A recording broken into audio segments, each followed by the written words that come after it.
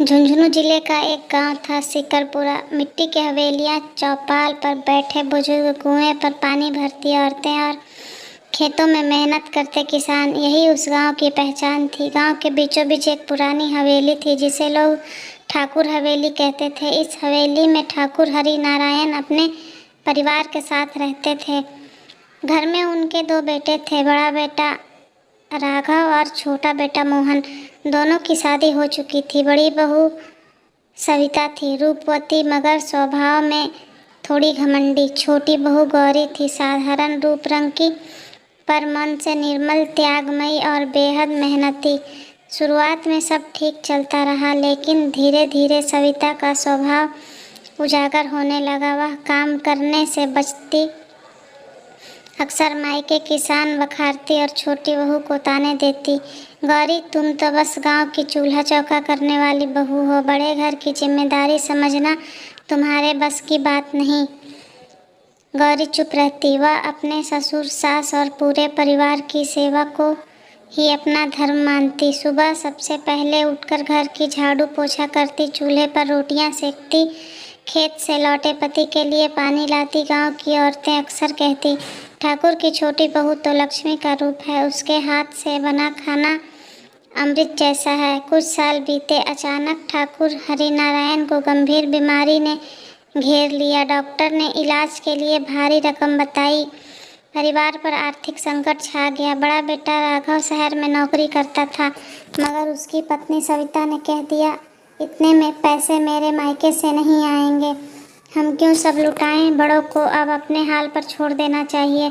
ये सुनकर ठाकुर की आंखों में आंसू भर आए, मगर छोटी बहू गौरी ने पति मोहन से कहा, जीवन भर इन्होंने हमें संभाला है, अब इनकी सांसें पैसों पर टिकी है। अगर हमें अपने गहने भी बेचने पड़े तो भी हम पीछे नहीं हटना चाहिए।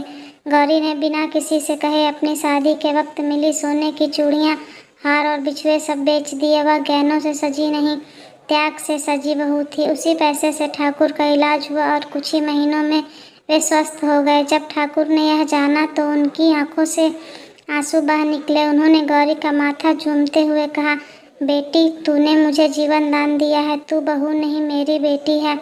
गांव में धीरे धीरे यह बात फैल गई। लोग कहते, देखो, छोटी बहू ने अपने गहने बेचकर ससुर को बचाया और बड़ी बहू सिर्फ ताने देती रही। बड़ी बहू सविता को शर्मिंदगी तो हुई, मगर उसका अहंकार उसे झुकने नहीं देता था।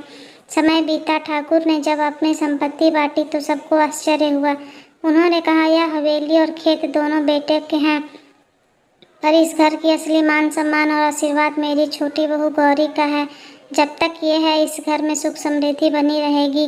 गांव की औरतें अक्सर कहा करती, बड़ी बहू के पास गहनों की चमक है, पर छोटी बहू के पास दिल की रोशनी है। कुछ साल बाद जब ठाकुर का निधन हुआ तो पूरी हवेली में बस एक ही आवाज़ गूंज रही थी, गौरी की रोती हुई दुआएं। सविता की आंखों में भी आंसू थे, मगर सब जानते थे कि आंसू सच्चे दिल से निकले, सिर्फ छोटी बहू के थे। उस दिन से गांव की औरतें अपनी बेटियों को एक ही सीख देने लगी, बेटी, बहू का असली गहना सोना चांदी नहीं होता, उसका असली गहना त्याग और सेवा है। एक छोटे से गांव धनपुरा में ठाकुर भगवान सिंह का घर दूर दूर तक मशहूर था। 5 बीघे खेत, 2 बैल और पक्के मकान वाला उनका आंगन गांव का सबसे बड़ा था। लेकिन परिवार बड़ा होने के कारण उस आंगन में हरदम शोर और चहल पहल रहती थी। भगवान सिंह के 2 बेटे थे, रामपाल और घनश्याम। रामपाल बड़ा था और सरकारी नौकरी में था। नौकरी लगने के बाद ही उसके लिए एक पढ़ी लिखी बहू चुनी गई, शारदा। शारदा शहर में पढ़ी लिखी थी, चेहरे पर निखार, बोल चाल में नफासत और दिमाग में यह भाव कि अब वह सरकारी अफसर की पत्नी है, इसलिए घर में उसकी बात ही सर्वोपरि होनी चाहिए। छोटी बहू कमला गांव की ही थी, भोली भाली, सीधी सादी और संस्कारी। उसके पति घनश्याम खेतों में काम करते थे। कमला खेत की मेड़ पर भी उतनी सहज लगती जितनी रसोई में आटे की लोई बेलते हुए। शुरुआत में सब ठीक चला, लेकिन धीरे धीरे शारदा को यह लगने लगा कि वह बड़ी बहू है और उसका दर्जा सबसे ऊंचा है। धीरे धीरे उसने अपनी सास जसोदा देवी से काम करवाना शुरू किया और छोटी बहू कमला को भी ताने सुनाने लगी, कमला, तुम तो बस खेत की गोबर गुड़ाई करने लायक हो, घर के बड़े काम, रिश्तेदारी निभाना, मेहमानदारी करना, यह सब मेरा है। जसोदा देवी सब देखती पर चुप रहती। वह सोचती, समय सिखा देगा। रामपाल हर महीने वेतन लेकर आता तो शारदा पहले कुछ सोने चांदी के गहनों की लिस्ट बनाती, फिर बाकी खर्चे देखती। सास ससुर को देने का नाम नहीं लेती। छोटी बहू कमला और उसका पति जब भी कुछ कमाई लाते तो सास के चरणों में रख देते। जसोदा देवी अक्सर आंसू रोक कर कह देती, बिटिया ये तुम्हारी कमाई है, अपने बच्चों के लिए रखो। कमला मुस्कुराकर जवाब देती, माँ आपसे बड़ा कौन है, आप ही हमारे घर की लक्ष्मी हैं। शारदा को ये बातें चुभी, उसे लगता है सास उसकी बजाय छोटी बहू को ज़्यादा मानती है। कुछ ही सालों में किस्मत का खेल बदला। रामपाल की नौकरी छूट गई।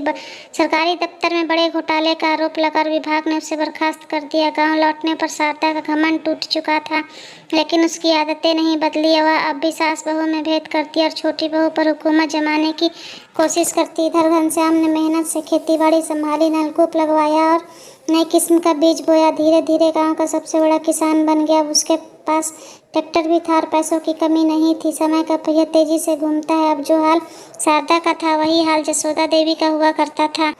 रामपाल के पास नौकरी नहीं रही, घर की आमदनी कम हो गई। शारदा के सोने चांदी के गहने धीरे धीरे बिकने लगे। उधर कमला का घर खुशहाल हो गया। उसने सास के लिए अलग कमरा बनवाया, रोज चरण दबाकर सेवा की और कभी शारदा के ताने का जवाब भी नहीं दिया। अब गाँव की औरतें फुसफुसाने लगी, देखो बड़ी बहू जब बड़ी थी तो सास को ताने देती थी, अब छोटी बहू बड़ी हो गई है और वही सास की सेवा कर रही है। एक दिन रामपाल बीमार पड़ा, दवा के लिए पैसे नहीं थे। शारदा रोती हुई सास के पास आई, माँ जी हमने आपको बहुत दुख दिया, आज हमारी मदद कीजिए। यशोदा देवी ने धीरे से कहा, बिटिया मदद तो भगवान करते, मैंने तो हमेशा तुम्हें अपनी बेटी लेकिन तुमने मुझे पराया समझा। चलो अभी भी देर नहीं हुई, अहंकार छोड़ दो, सेवा और प्रेम में ही सुख है। तभी कमला कमरे में आई और बिना कुछ कहे पैसे और दवाइयाँ रख गई। शारदा उसकी ओर देखती रह गई। उसने पहली बार समझ आया कि असली बड़ी बहू वही होती है जो दिल से बड़ी हो। उस दिन से शारदा बदल गई। उसने कमला से माफ़ी मांगी और सास की सेवा में लग गई। धीरे धीरे घर में फिर से हंसी खुशी लौट आई। कहानी की सीख पद और दौलत से नहीं बल्कि सेवा, प्रेम और त्याग से ही घर की बड़ी बहू कहलाती है।